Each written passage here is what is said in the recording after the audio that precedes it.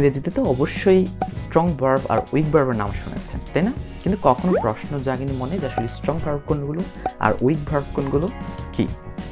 Strong verb মানে কি? যেগুলো দিয়ে কাজ করা বোঝায়, মানে শক্তি একটা ভাব আছে এগুলো, যেমন রান দৌড়ানো, ওয়ার্ক কাজ করা, কিল কাউকে হত্যা করে ফেলা, এগুলো স্ট্রং ভার্ব।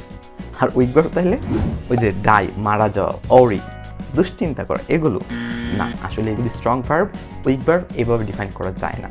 আবার আমরা একটা খুব কমন রুল জানি যে প্রেজেন্ট টেন্সে সাবজেক্ট যদি থার্ড পারসন সিঙ্গুলার নাম্বার হয় তাহলে ভার্বের সাথে অ্যাস বাই এস যোগ হয়। কিন্তু ভার্বের কোন ফর্মের সাথে? বেস ফর্মের সাথে নাকি প্রেজেন্ট ফর্মের সাথে? না আপনি মনে করছেন দুইটা একই form. Hello everyone, this is Yasmin Ahmed from English insight.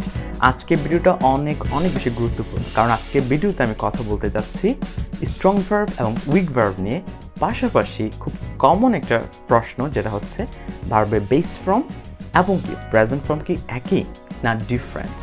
আশা করছি পুরো ভিডিওটা দেখবেন। আর ভিডিওটা দেখার আগে if you be new to my YouTube channel so do subscribe the channel. আর ভিডিওটা ভালো লাগলে অবশ্যই লাইক করবেন and do comment in the comment section, আর শেয়ার করে সবাইকে দেখার সুযোগ করে দিবেন। আর আপনি যদি already be in my channel so a bundle of thanks for you.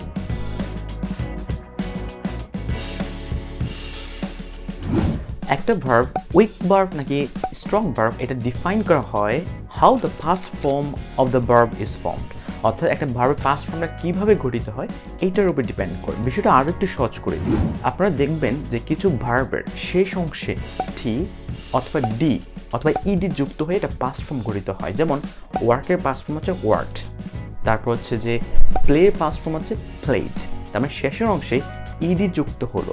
আবার যখন স্প্যান্ড মানে ব্যয় করা, এর পাস্ট ফর্ম হচ্ছে স্প্যান্ড, শেষের অংশে টি যুক্ত হয়ে এটা পাস্ট ফর্ম গঠিত হলো।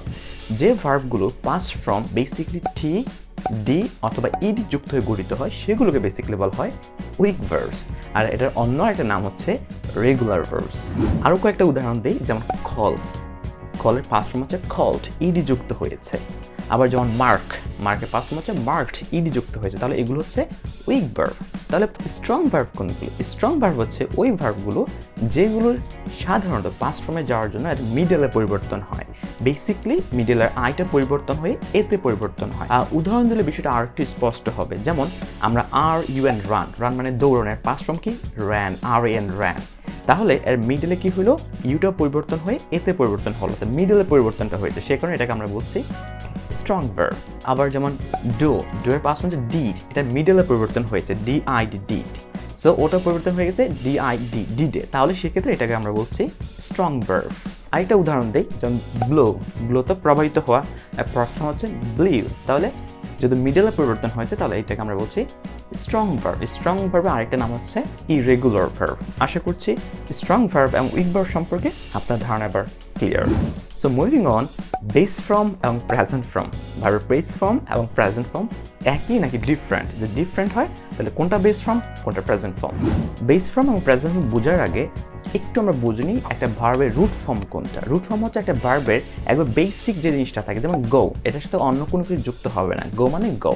যেমন রান মানে দৌড়ানো, এইটা হচ্ছে বেসিক্যালি রুট ফর্ম। ওই রুট ফর্মটাকে আমরা বলে থাকি বেসিক্যালি বেস ফর্ম।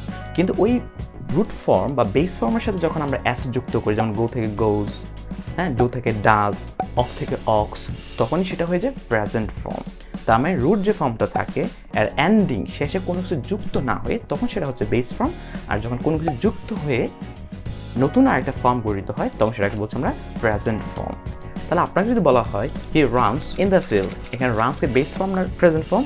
অবশ্যই এটা একটা প্রেজেন্ট ফর্ম, কারণ এখানে অ্যাস যুক্ত আছে। তাহলে এটা রুট ফর্ম কী ছিল? দ্য বেস ফর্ম কী ছিল? এটা বেস ফর্ম ছিল রান। তার মানে আমরা বলতে পারি ভার্বের প্রেজেন্ট ফর্মের সাথে না, ভার্বের বেস ফর্মের সাথে অ্যাস বাই এস যুক্ত হয়, not in the present form. কারণ হচ্ছে অ্যাস বাই এস যুক্ত হওয়ার পরেই তো এটা প্রেজেন্ট ফর্মে রূপান্তরিত হলো।